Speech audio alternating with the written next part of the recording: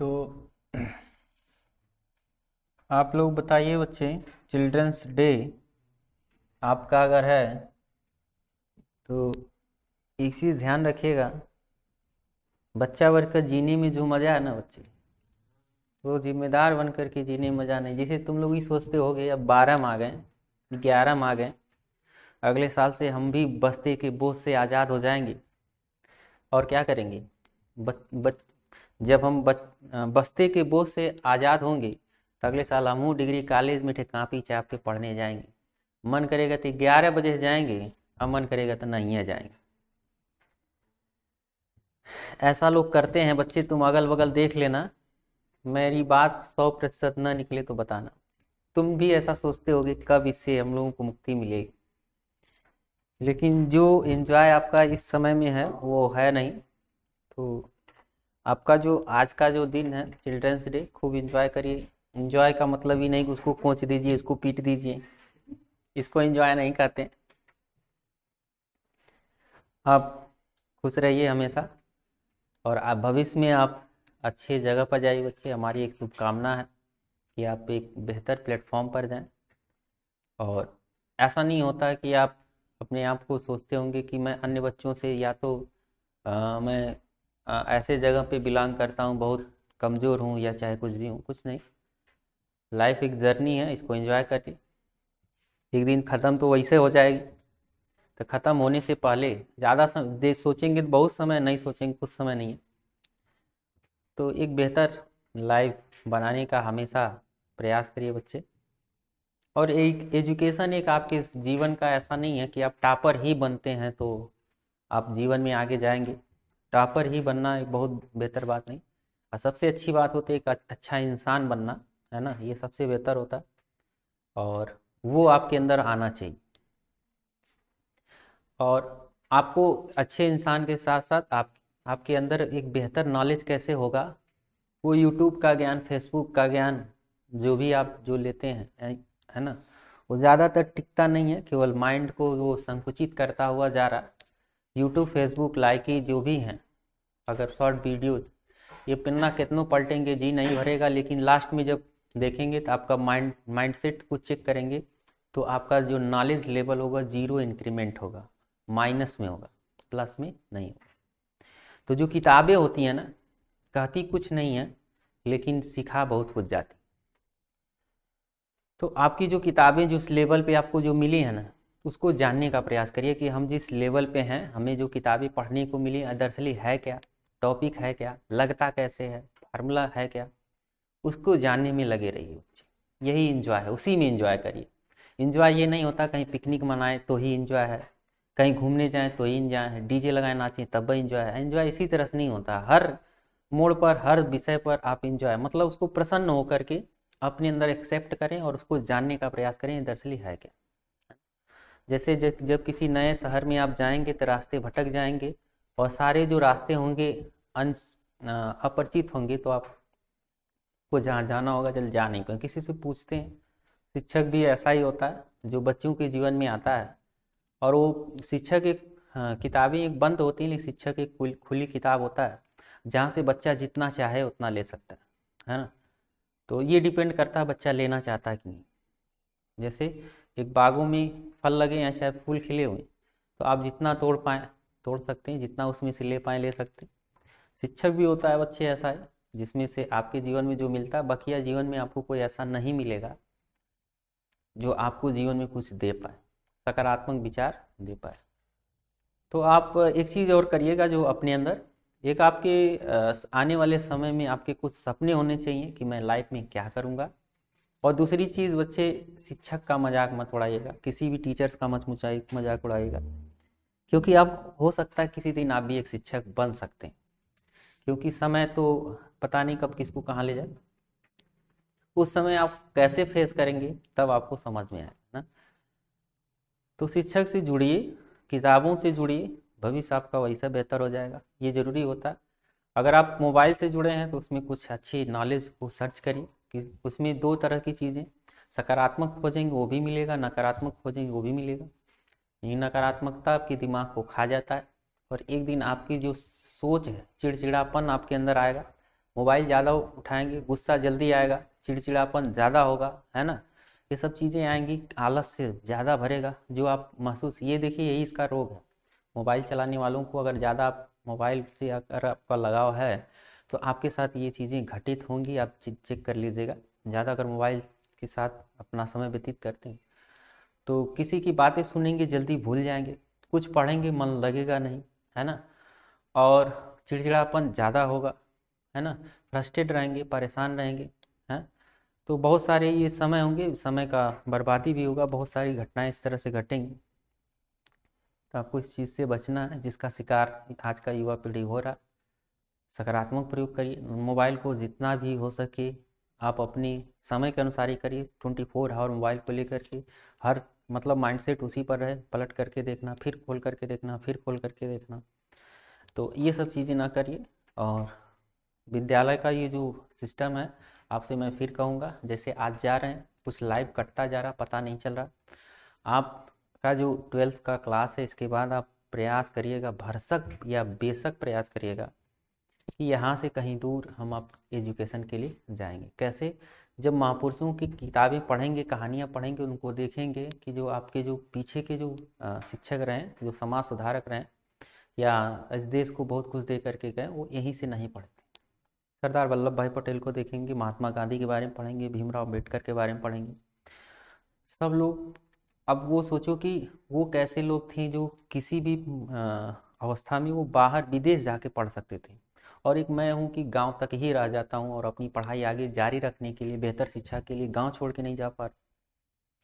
मैं जाऊँगा, निश्चय ही जाऊँगा, और उसको जाने के लिए अभी से मार्ग बनाऊँगा और प्रयास करूँगा कि आगे का जो एजुकेशन हो मेरा इससे भी बेहतर जगह पर हो।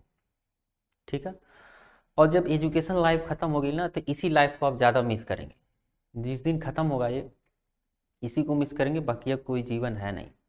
जो विद्यार्थी जीवन वो बेहतर जीवन होता है, सबसे बेहतर जीवन होता है ना। तो इसको बेहतर कैसे बनाएं? बेहतर जगह पे जाकर बनाएंगे। आप प्रयास करिएगा बच्चे। यूपी बोर्ड के का टेंशन, परीक्षा एग्जाम का परीक्षा का टेंशन लेकर के फ्रस्ट्रेट मत होइए, आप परेशान ज़्यादा मत होइए। बस परेशान होने से अच्छा है कि आप अपने जो लिखे हैं पढ़ें, उसको पढ़ना शुरू करें। हमें 100% नहीं चाहिए कुछ आ जाए, कुछ जान जाए, वही चाहिए। बस ऐसा लेके अगर मन में बैठेंगे तो आपके साथ बहुत सारी दिक्कतें नहीं होंगी। तो ज़्यादा कुछ नहीं समझाएंगे बच्चिया, बकिया आप होशियार हैं ही, होशियार हैं कि वो हटा दें, बकिया आगे का जो है वो है, वो आप जानिए हैं। अब हम लोग चैप्टर जो स्टार्ट करने वाले हैं वो चैप्टर है प्रकाश चैप्टर। बेहतर चैप्टर है, अच्छे से समझ में आएगा और इसको समझेंगे हम लोग और कंप्लीट भी करेंगे बेहतर तरीके से। अभी तो इस हफ्ते पूरा केमिस्ट्री नहीं चलने वाला, फिजिक्स ही चलने वाला। तो इस फिजिक्स के जो भी सिस्टम चल रहे हैं, कल से सब लोग पहले ही आके बैठे रहें। 6:45 प्रयास करिएगा, 6:45 पर सब लोग बैठ जाएं ताकि क्लासेस स्टार्ट हो। रिकॉर्डेड क्लासेस भी चल रही होंगी, तो इसमें आप अब से जो सेकंड पेपर है, जो लोग फर्स्ट इसके पहले पेपर में अच्छा मेहनत नहीं किए हैं, इस सेकंड पेपर में ऐसा ना करिए, मेहनत करिए। ये चैप्टर बहुत अच्छे समझ में आए सेकंड पेपर। शुरुआत करते हैं हम लोग प्रकाश के बारे में। प्रकाश पहला जो चैप्टर है, वैसे तो आपके 12th के बोर्ड एग्जाम के लिए कम ही क्वेश्चन यहाँ से आने वाले हैं या 9 के बराबर आने। लेकिन जब हम लोग यहाँ से शुरुआत करेंगे तो हमें पूरे आगे चल करके सारी चीज़ें समझ में आए। क्योंकि अगर हम लोग परावर्तन समझेंगे नहीं तो आगे चल करके हाइगेंस की द्वितीयक तरंगिकाओं का सिद्धांत, और आगे चल करके हम लोग एक चैप्टर 2 क्वेश्चंस जो हर साल, उसमें से एक क्वेश्चन हर साल आता है कि हाइगेंस की द्वितीयक तरंगिकाओं के सिद्धांत से अपवर्तन नियम की व्याख्या, हाइगेंस की द्वितीयक तरंगिकाओं के सिद्धांत से परावर्तन नियम की व्याख्या। तो अपवर्तन और परावर्तन किसमें होता है? प्रकाश में ही होता है। तो प्रकाश चैप्टर्स में हमें क्या क्या सीखना है? हम लोगों को फर्स्ट चैप्टर परावर्तन सीखना है, सेकंड चैप्टर अपवर्तन सीखना है। और परावर्तन सीखेंगे तो दर्पण सीखेंगे, अपवर्तन सीखेंगे तो लेंस सीखेंगे। अपवर्तन, उसके बाद हम लोग परावर्तन अपवर्तन जब पढ़ लेंगे तो हम लोगों को प्रिज्म सीखना होगा। प्रिज्म सीखने के बाद हमें ह्यूमन आई, मानव नेत्र सीखना होगा। मानव नेत्र जब सीख लेंगे तो मानव नेत्र के बारे में, प्रकाश के बाद प्रकाशिक यंत्र आएंगे जिसमें सूक्ष्मदर्शी और दूरदर्शी होंगे और उनके प्रकार होंगे।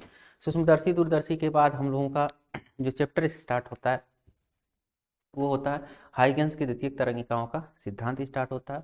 उसके बाद हाइगेंस जब पढ़ लेंगे तो उसके बाद आपका जो चैप्टर है वो है विवर्तन, व्यतिकरण और ध्रुवण, है ना। अर्थात जो 4 चैप्टर है वो इससे आप परिचित नहीं हैं। हाई स्कूल में केवल आपको, हाँ, अगर आप पढ़े होंगे प्रकाश तो ज़्यादा से ज़्यादा आप पढ़े थे ऑप्टिकल इंस्ट्रूमेंट, प्रकाशिक यंत्र के बारे में पढ़े थे, उसके आगे आपने नहीं पढ़ा था।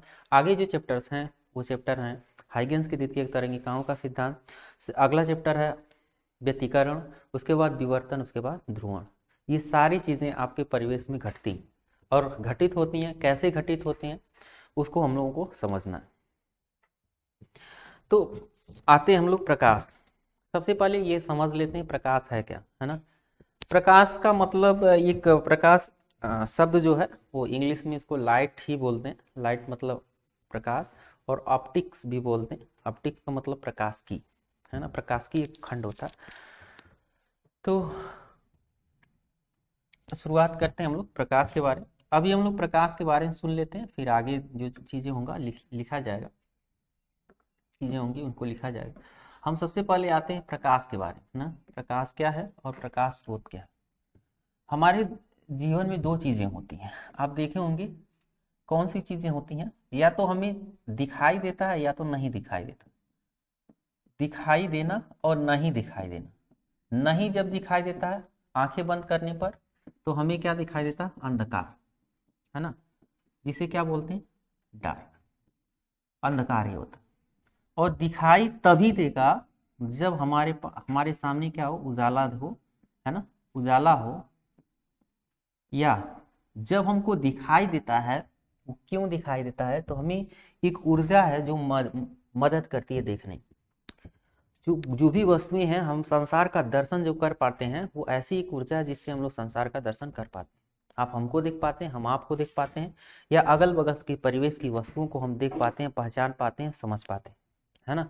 और जरा सोचिए, अगर हमारे पास आंखें नहीं होती तो हम लोग क्या करते हैं। आंखें नहीं होती तो हम लोग क्या करते हैं। अच्छा, कोई ऐसा जीव का नाम बताएंगे जिसके पास आंखें नहीं।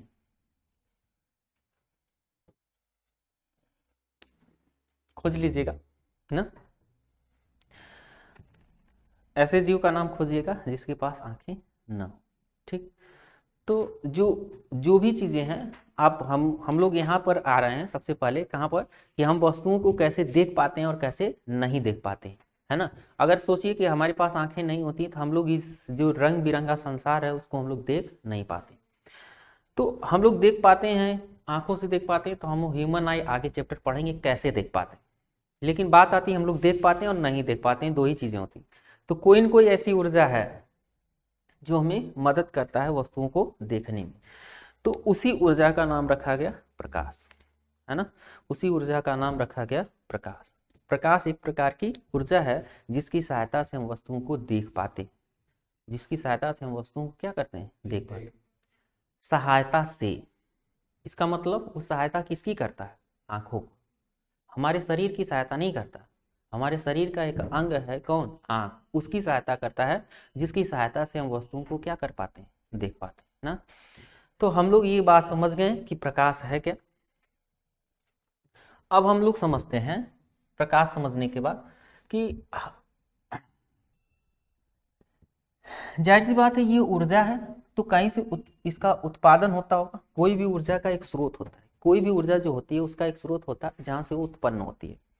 और प्रकाश ऊर्जा का सबसे बड़ा स्रोत हमारे दैनिक जीवन में हमारे लिए, इस आकाश गंगा की बात नहीं, हमारे लिए प्रकाश ऊर्जा का जो सबसे बड़ा स्रोत है वो क्या है, सूर्य। प्रकाश का सबसे बड़ा स्रोत क्या है, सूर्य। आगे हम लोग जब मॉडर्न फिजिक्स पढ़ेंगे तो वो भी सीखेंगे कि सूर्य में इतना प्रकाश ऊर्जा आता कहाँ से। तो हम लोग पढ़ेंगे नाभिकीय संलयन, है ना। तो नाभिकीय संलयन समझाएगा कि प्रकाश में इतनी ज्यादा ऊर्जाएं कैसे निर्मुक्त होती। नाभिकीय संलयन, नाभिकीय विखंडन, ये सारी चीजें हम लोग आगे पढ़ें।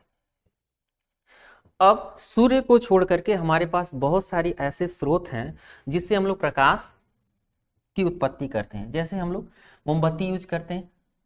इसके पहले जब लाइट नहीं था हम लोगों के यहाँ तो हम लोग लालटेन यूज करते थे। अब तो लाइट होने के नाते बेहतरीन डिजाइन के बल्ब यूज करते हैं, है ना।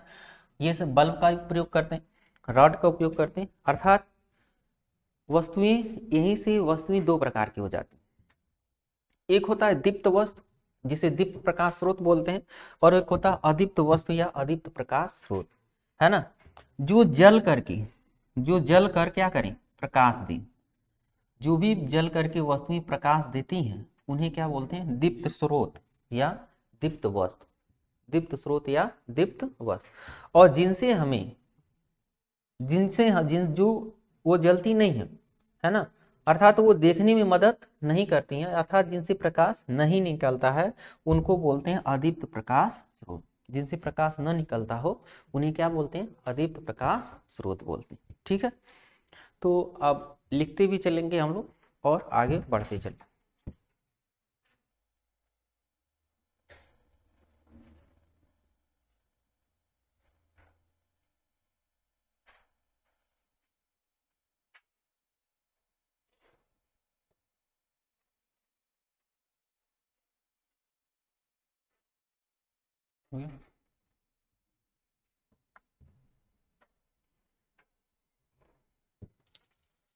तो आइए हम लोग आगे बढ़ते हैं इसी तरह से। अदीप्त प्रकाश स्रोत में लिख सकते हैं लकड़ी, मेज, कुर्सी इत्यादि। लकड़ी, मेज, कुर्सी इत्यादि अदीप्त प्रकाश स्रोत होता है।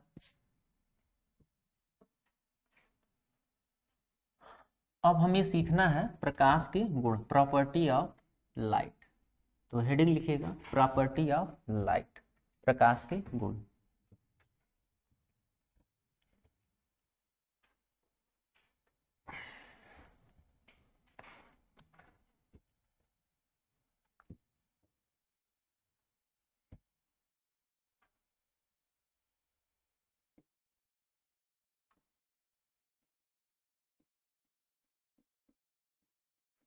देखिए, प्रॉपर्टी ऑफ लाइट को हम लोग अपनी दैनिक जीवन की घटनाओं से रिलेट करके समझ सकते हैं।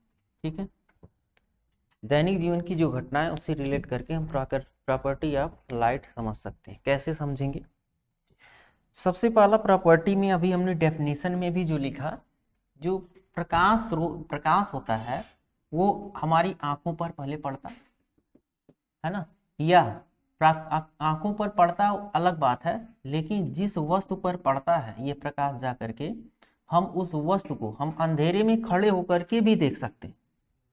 अंधेरे में खड़े होकर के जहां प्रकाशित वस्तु है, जहां प्रकाश है वहां की वस्तुओं को देख सकते हैं। तो इसका मतलब जहां प्रकाश होगा उस प्रकाशित स्थान को हम लोग आंखों से देख सकते हैं। तो कहा जाता है कि प्रकाश हमारी आंखों को संवेदित करता है, जिसकी सहायता से हम वस्तुओं को क्या कर पाते हैं, देख पाते हैं। तो पहली प्रॉपर्टी यही होता है कि प्रकाश हमारी आंखों को संवेदित करता है, जिसकी सहायता से हम वस्तुओं को क्या कर पाते हैं, देख पाते हैं। आगे समझते हैं। तो दूसरी बात यह है कि वो कौन संवेदित करता है, प्रकाश एक प्रकार की ऊर्जा है जो हमारी आंखों को संवेदित करता है और हम वस्तुओं को देख पाते हैं। आगे समझना यह है कि प्रकाश जहां से है, जिस दीप्त वस्तु से चल रहा है प्रकाश, वहां से निकल करके चलता हुआ आता है। कहां पर, ये प्रकाश का एक नेचर है कि दीप्त वस्तु से, है ना, प्रकाश हमेशा दीप्त वस्तु से निकलता है और अदीप्त स्थान की ओर जाता है ना।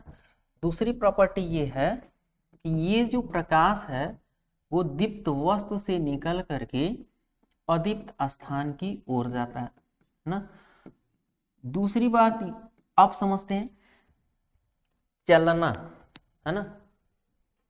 चलना क्या है, हम लोग क्या करते हैं जब भी कभी चल रहे होते हैं, है ना, तो अगर आप छोटे हैं तो नन्हे नन्हे कदमों से चलते हैं, है ना, कि ऐसे चलते हैं। मान लिया जाए यहाँ एक पैर रखें और एक यहाँ रख दें, ऐसे ही, है ना, पहले यहाँ रख दें और फिर यहाँ आ जाए, और फिर पैर उठाएं तो अगला वाला वहाँ रख दें, है ना, ऐसे चलते हैं।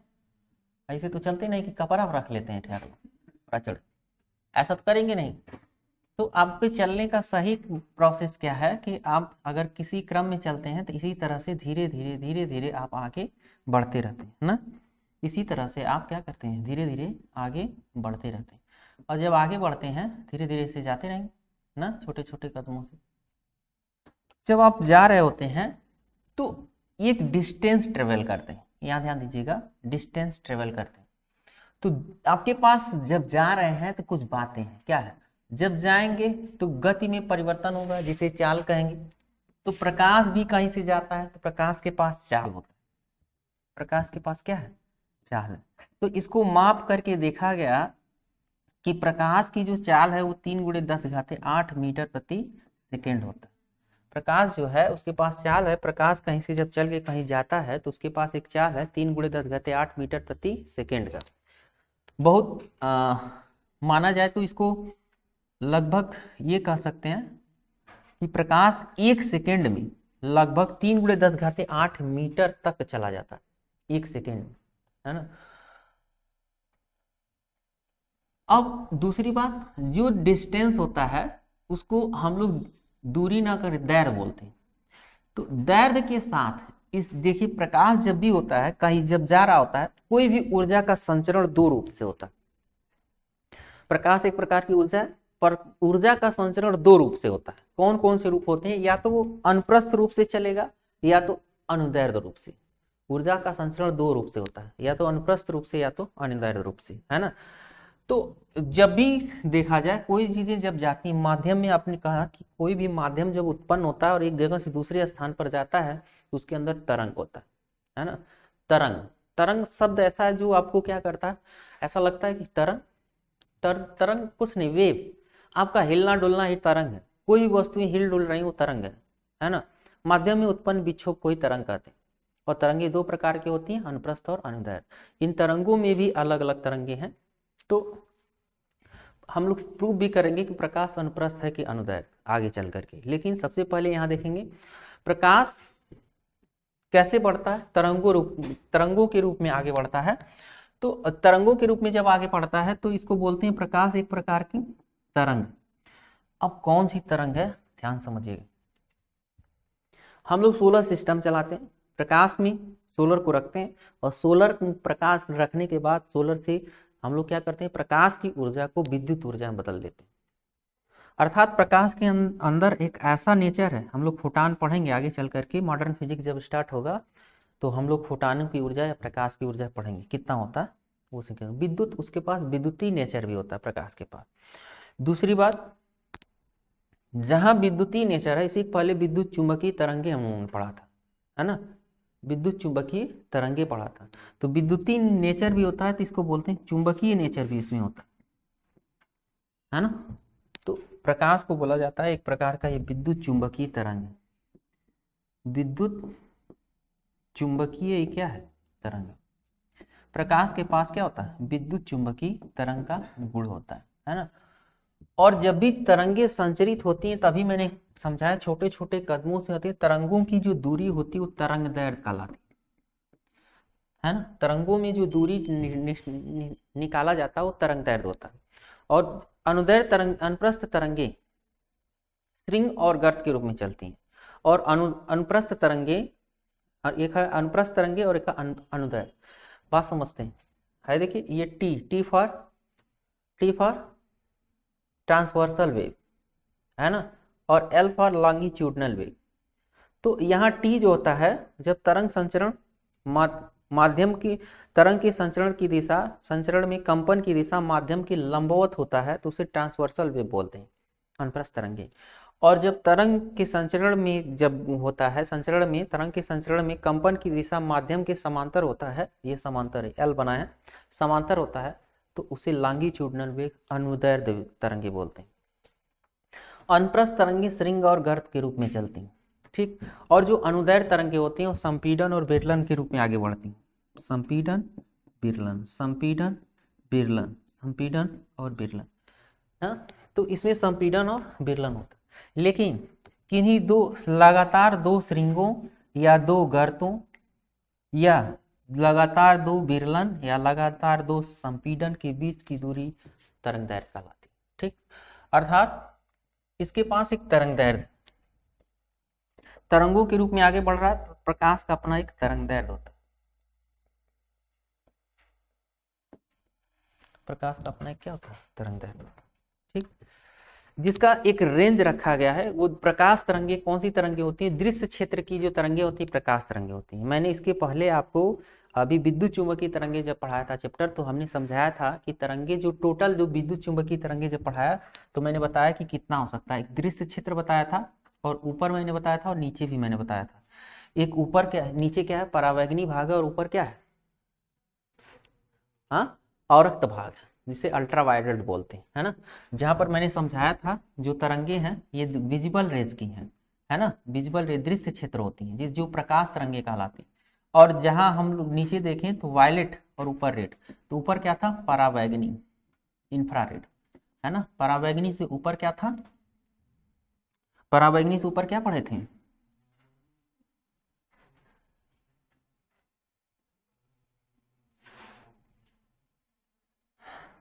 अवरक्त, सॉरी, रेड के ऊपर होता है अवरक्त, और यहाँ इसके नीचे क्या होता है, परावैगनी। परावैगनी जो होता है, परावैगनी वायलेट जो है, इसके नीचे एक्स रेज और गामा रेज पढ़ा था आपने, और उस पे ऊपर आपने पढ़ा था सूक्ष्म तरंगे, रेडियो तरंगे, ये पढ़ा था ना। इसके ऊपर आपने पढ़ा था सूक्ष्म तरंगे और रेडियो तरंगे, ठीक। ये सारी चीजें आपको मैंने बताया था, माइक्रोवेव सूक्ष्म। तो ये तरंगे अलग अलग, और इन तरंगों का हम लोग दैनिक जीवन उपयोग करते हैं। विद्युत चुंबकीय तरंगों में वीडियो जैसे तो बना है, अब विद्युत चुंबकीय तरंगे अगर सर्च मारेंगे तो वो मिल जाएगा आपको, हमने उसको पढ़ाया भी है। एग्जाम में जो क्वेश्चन उससे आते हैं उसको भी मैंने टेक्निक से समझाया, अगर आप सर्च मारेंगे तो विद्युत चुंबकीय तरंगे पूरा आसानी से समझ में आ जाएगा, ठीक। लेकिन यहाँ समझते हैं हम लोग, अभी प्रकाश की बात करें तो विजिबल रेंज होता है। अभी हम लोग जब ये विजिबल रेंज क्या है गुरुजी, आपको समझ में आएगा जब हम लोग पढ़ेंगे क्या, एक चैप्टर पढ़ेंगे प्रिज्म, और प्रिज्म में हम लोग पढ़ेंगे वर्ण विक्षेपण, और वर्ण विक्षेपण में हम लोग विबग्योर का क्रम पढ़ेंगे, और विबग्योर का जो क्रम होता है वही दृश्य क्षेत्र होता है ना। तो न्यूटन का प्रयोग पढ़ेंगे और वहां समझेंगे कि दृश्य क्षेत्र क्या है। लेकिन अभी मैं समझा रहा हूं, जो मैं ये समझा रहा हूं कि जो प्रकाश का जब भी तरंगों के रूप में चलता है तो ये श्रृंग और गर्त के रूप में चलता है, तो इसके पास एक क्या है, तरंग दैर्ध्य ना।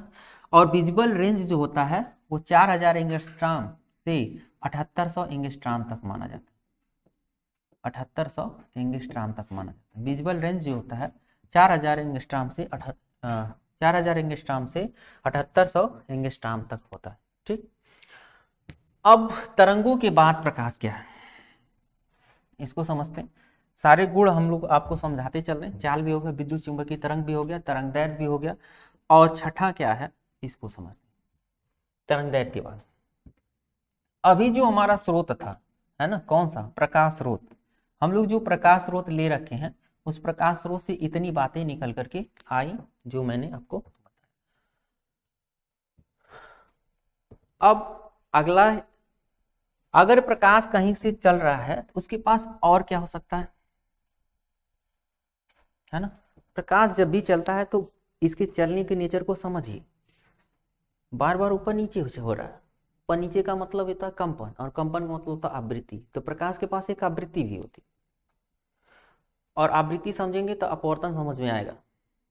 और वहां पूछता है कि जब कोई प्रकाश किसी माध्यम, जैसे मान लिया जाए जब कोई प्रकाश है, जैसे आपको ही आप ही कहें कि हवा में दौड़ो, तो मतलब यहाँ क्या एटमॉस्फेरिक प्रेशर है, और इसमें आप चलेंगे तो आप सामान्य चाल से चल पाएंगे। लेकिन अगर कहीं लिक्विड भर दें उसमें दौड़ा दें तो आपका जो सामान्य चाल है वो बदल जाएगा। उसी तरह से प्रकाश भी एक ऊर्जा है। जब किस माध्यम बदलता है, सबसे पहले प्रकाश हमारे लिए जो प्रकाश का एक अच्छा स्रोत है वो सूर्य है, लेकिन हम अपने प्रकाश के अपने लिए छोटी छोटी ऊर्जा के रूप में या दीप्त वस्तुएं बना रखे हैं। लेकिन हम ये समझते हैं कि जो प्रकाश है वो जो जहाँ से चल के आ रहा है, वैसे माने तो जो सूर्य है वहां से चलने के बाद जब प्रकाश चलता है तो बीच में एक गैपिंग है, जिसे हम लोग क्या बोलते हैं, सूर्य के बाद और पृथ्वी के बीच में एक गैपिंग है जिसे हम लोग निर्वात बोलते हैं, या उसी को निर्वात बोलते हैं, अर्थात वायु की अनुपस्थिति है। उसके बाद जब पृथ्वी के वायुमंडल में प्रकाश प्रवेश करता है तो माध्यम बदल जाता है, और वायुमंडल के बाद भी जब पृथ्वी पर उपस्थित बहुत सारी ऐसी वस्तुएं हैं जिसे हम लोग समझेंगे अपवर्तन चैप्टर में कि प्रकाश कहाँ कहाँ जा सकता है और कहाँ नहीं जा सकता है। तो वहाँ हम लोग सीखेंगे कि जो प्रकाश है ये जब संचरण करता है तो पारदर्शी माध्यम में संचरण करता है, अपारदर्शी माध्यम में संचरण नहीं करता। प्रकाश पारदर्शी माध्यम में प्रवेश कर जाता है, और पारदर्शी माध्यम ट्रांसपेरेंट मीडियम, और क्या है अपारदर्शी माध्यम। पारदर्शी और अपारदर्शी माध्यम को हम लोग आगे सीखेंगे। तो अगली जो प्रॉपर्टी है हमें ये जानना होगा, जो अगली प्रॉपर्टी, प्रकाश क्या करता है, पारदर्शी माध्यम में संचरण करता है। किस माध्यम में चलता है,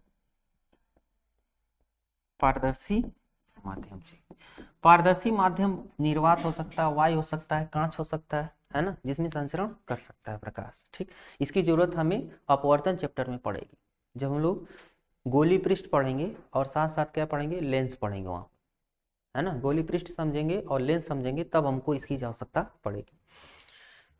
एक चीज यहाँ हम लोग सीखेंगे कि प्रकाश की चाल यहाँ बदल जाती है, चाल और तरंग दैर्ध्य। प्रकाश के पास क्या है, वेग है, तरंग दैर्ध्य है और आवृत्ति होती है, फ्रीक्वेंसी, जिसे एफ से प्रदर्शित कर दें ताकि आपको आसानी समझ में।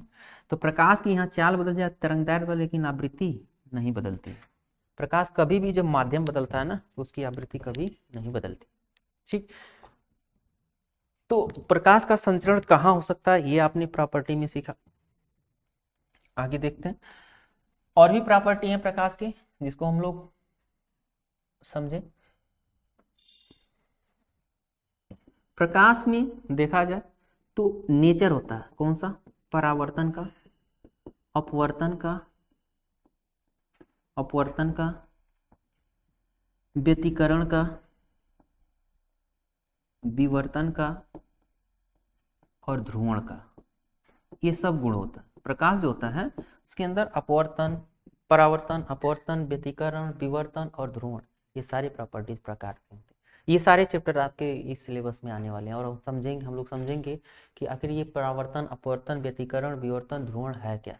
ठीक।